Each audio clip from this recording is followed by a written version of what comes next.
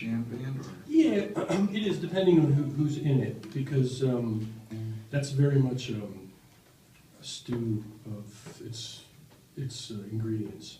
Some of the guys, there'll be a sense of flight within the song. They'll kind of know that. And using the language metaphor, some of those, not everybody can kind of let it go and know where you are.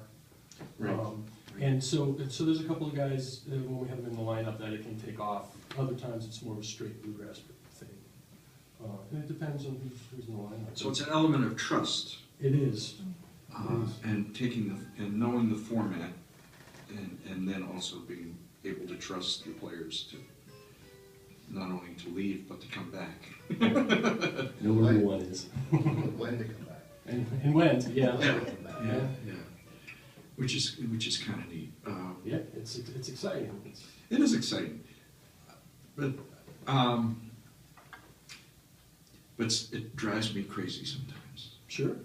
I'm not a big fan of it for the sake of doing it. To me, it almost has to be one of those magical things that you sometimes get, oh, it's going, it's following, see where it goes. Well, I have this dichotomy here. One is a good song is a good song because it was written as a song. Right? And there's a purity and there's a power to doing that song the way it was written, you know. Mm-hmm. And there's, of course, the delightful stuff when you can bend that and go outside of the envelope and have fun with it and then still bring it back. So, and they have these jam festivals where these players will do that. But that's my personal little fight in there. I'm working on a record now, and this is like a bad way to plug it, but oh, it's a good way. You'll sell a couple of them from around here tonight. It's on the air. I'm really glad I wrote it. But what I was trying to do, and I hope I'm successful with it, is, you know, I'm playing electric guitar through most of it, and we recorded. I wrote these songs with a bunch of guys playing electric. It started out as kind of a blues thing, and we recorded it, and I took it home and kind of wiped almost everything but my main guitar and the drums and various things here and there. But the thing's written to have these spaces that tie together the lyrics that are supposed to be on either end of the jam. I'm trying to actually write songs that are meant to have jams. But the jams themselves are improv and not completely planned. The way we played those songs for about 8 months, 3-4 times a week, and it became something solid. And I could trust where it was going to go and where it wasn't going to go, so I think too many people fell in love with the jamming part of it at a certain time, and like even the Dead, who, you know, arguably started that whole thing, wrote the songs to have sections that kind of backed up a little bit, kind of meant to be that way.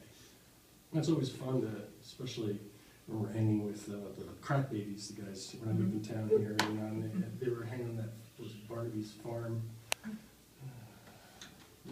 can't remember where it was, but anyway, you know, everyone would get high, and you know, you just jam for an hour. You just make up stuff, and everyone kind of fell in line, and you did that, and that was its own thing, but it becomes dull real fast.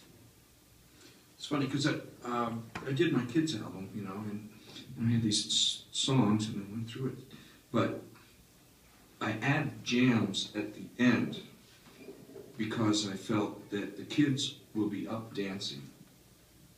So I stretched a lot of the songs, and what I found out, what was pleasing to me, was the players that I had on the album were doing very interesting things that would appeal to the parents, that you could hear their musicianship. But it was after the bulk of the song had been done, and we could stretch out and have stuff like that.